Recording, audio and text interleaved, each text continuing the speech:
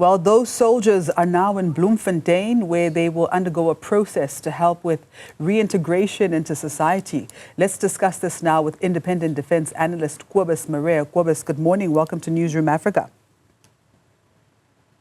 Good morning to your viewers. Thank you. Kobus, the first group of 249 SANDF soldiers have returned from the DRC following the SADC mission withdrawal. What's your take on this deployment? Well, the deployment of SAMI DRC specifically was, in my opinion, never, ever justified. The MONUSCO deployment was totally different. That was peacekeeping mission. We were there for many years. It was not really self-funding, but it was to a large extent self-funding. The SAMI DRC deployment right from the beginning was clouded in controversial decisions and justifications. In my opinion, the SAMI DRC was unaffordable for us right from the beginning. Our soldiers were very poorly equipped and logistical supply supported. There were never ever any air support, not from a logistical point of view, as well as from an air support striking point of view with our Rooivalk helicopters. It was never our war. Really, the SAMI DRC was a chaotic deployment right from the beginning. It was never justified, and although we have put pressure on government for years and years, at least, and eventually now, it was realized that this is not our war. It's not even really a SADC war. It's an East African community war.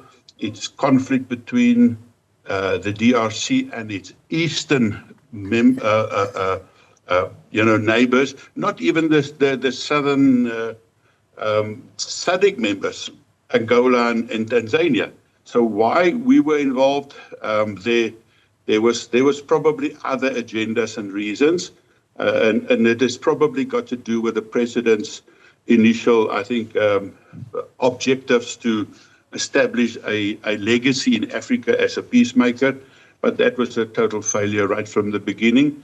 So the fact that we have withdrawn is a good thing. Remember, we have lost 14 members, and it was against the M23s, which we have defeated a number of years ago with the support of our Rooivalk. So it was a disastrous and never justified deployment anyway. You have always been quite consistent in this particular position. Can you remind us of the primary objectives of the SANDF deployment to the DRC as part of the SADC mission, and how does South Africa's involvement fit into the broader regional effort?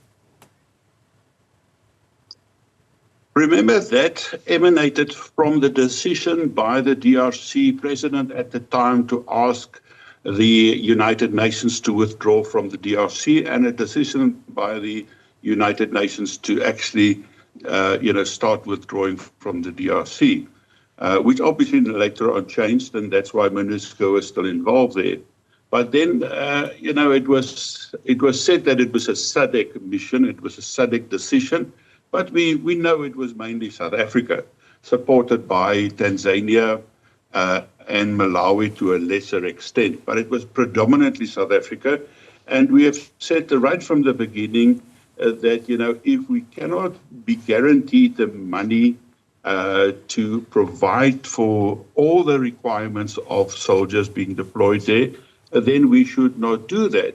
My view has always been that once you deploy your soldiers in any terrain, and a hostile environment, you must provide them 100%, not 99 or 90%, 100% with what they require in terms of money and equipment and all the support, including air support. That is non-negotiable. That was never done. And although I was assured that South African taxpayer will not pay for that, we know the reality, and that is that it was in fact all for the purse of the of the South African taxpayer. And that's why it started to be embroiled in controversy and bad support and poorly supported, and then the loss of lives. And I think the moment that the loss of lives came in, and then when the M23s came much better equipped than South Africa, being really seems like superior to South Africa. And remember, South Africa was at one stage by far the strongest and the best equipped military force on the African continent. And sadly, we were overshadowed by the M23s. So I think that was the sign that really things are changing very, very dramatically and drastically. And fortunately, you know, the East African community stepped up. I think America got involved. And clearly, you know, the initiative was taken away from President Ramaphosa. And eventually, I think the right decision was made on part of the SAMI DRC to withdraw that, because it was disastrous. It was an embarrassment, not only for South Africa, but for SADC as well. And I think that was by far the right decision to withdraw them. It just took too long. It just took too long. I mean, you know, our soldiers were basically captive by the M23s, and that was all restricted to their bases in January this year. We lost 14 lives. Some soldiers were there for over 15 months already. So it was a less ideal situation of deploying your soldiers in a foreign environment. In light of all of that, Kobus, how do you then assess the minister's response to the challenges faced by the SANDF during the mission? Well, I obviously differ vehemently with the minister. I can only, you know, assign that to her inexperience in this portfolio, and she has never served in the defense portfolio in the past, and whether she has made up her own mind or being ill-informed, I don't know, but my many years in the portfolio committee of defense in Parliament, shadow minister of defense, and being you know, very much involved with the defense industry, and the defense, you know, the eminent persons group in of the you know, military and the defense. There's no doubt, and there was never doubt in my mind that this is disastrous. We have to come back. We have to regroup. We have to reprioritize. We have to re-equip and retrain and decide, you know, what do we want to do? Currently, we've got porous borders. We've got no protection on our maritime side. But before we get there, given the minister's statement that the plane will return to the DRC after a day to pick up the remaining soldiers, it raises questions about the SANDF's airlift capabilities. Does the SANDF not have sufficient air assets to transport all troops simultaneously? So the African National Defence Force, specifically the Air Force, has got no capabilities, and I emphasize no capabilities themselves to transport our soldiers and our equipment.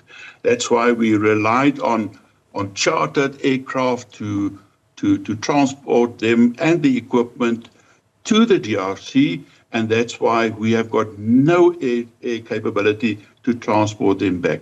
Remember what the minister said, and it's probably correct, that it's SADC's responsibility. My opinion is when it is about our soldiers, their lives, their livelihood, and their health, then I say we must make sure that we bring them back, whether it is at our own cost or that of SADC. Yeah. We must bring them back. Let's expand on that, Kobus. Let's talk about that. We know the money has been provided in the budget. You mentioned so we could have done that. Yeah, you mentioned the fact that you mentioned chartered planes. Let's talk about this plane, which is transporting the SANDF troops. Is it accompanied by a military escort or support aircraft, especially given the volatile security situation in the DRC? Are there security protocols in place to protect the troops' aircraft? Well, we know that this is a civilian plane. It's chartered from the Tanzanian Air Tanzania. So, and we know it's a civilian route. So there was no aircraft accompanying this aircraft. So it was all on its own. They were just on a civilian aircraft being chartered to bring them back. Supposed to be to Bloemfontein, but eventually it was rerouted to Air Force Base Waterkloof last night, with all the media and the families and their dignitaries still in Bloemfontein. So that was very, very chaotic, and it must have been confusing to the soldiers as well.